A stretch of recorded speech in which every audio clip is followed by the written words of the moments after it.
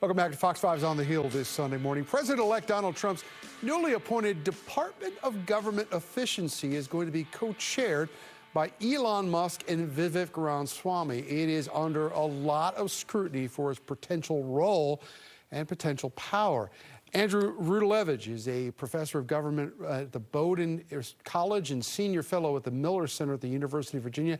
First of all, thanks for being with us. Let me just start with what this is and what this isn't. Is this actually a department? It is not a department. No, Congress would be required to create an actual government department. This is a nickname at the moment for what might turn into a White House office if the president wants to structure it that way. More likely some kind of advisory committee or commission.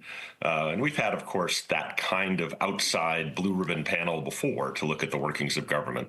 All right, so they're talking about, cutting, $2 trillion from the federal budget, moving employees out of the, D.C., Virginia, Maryland region. How much could this upend the way government operates? Well, a lot will depend on, who actually winds up serving on it and how seriously they take their jobs. Remember, $2 trillion is a very large fraction of the federal budget, which comes in about just under $7 trillion these days. But if you look at that $7 trillion, granted a lot of money, $1.5 trillion is for Social Security. The other top categories include Medicare, defense spending, interest on the national debt, other kinds of health care.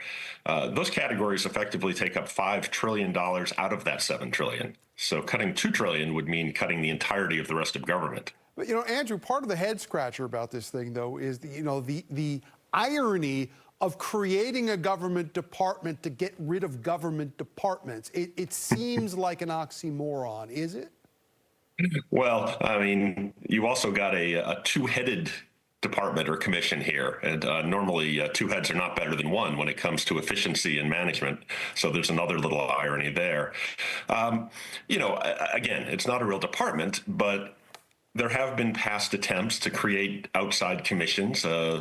These go back to the early 20th century. William Howard Taft had a commission on efficiency. Ronald Reagan in 1982 had something called the Grace Commission after its chair, and they had about 2,000 executives combing the federal bureaucracy. There were questions, though, of conflicts of interest. You're looking at people from regulated industries looking at their regulators, and perhaps urging less regulation. I suspect that Mr. Musk, at least, will have similar questions asked of him. So, one of the things we've heard a lot about in, the last week since these nominations started coming out was recess appointments. How would that work? And what would the Senate need to do in order for Trump to get these nominees through on a recess appointment?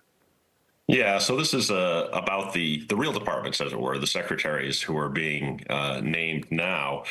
Recess appointments come out of a constitutional provision that was designed to allow presidents to keep the department staffed even when the Senate wasn't in session. And of course, back in the 18th and early 19th century, travel was hard. The Senate and House, too, were often out of Washington. So you needed a way to make sure that there was leadership of the departments. It's been used much less frequently in recent years when the Senate is basically always around. 2014, there was a Supreme Court case that said that the Senate had to be out for at least 10 days in order for a recess appointment to take place and to be effective. So, in this hypothetical, the Congress would have to recess almost immediately after it comes into session in early January. And then as soon as Mr. Trump is in office, he would be able to name his appointees. They would be able to serve in principle until the end of the next session.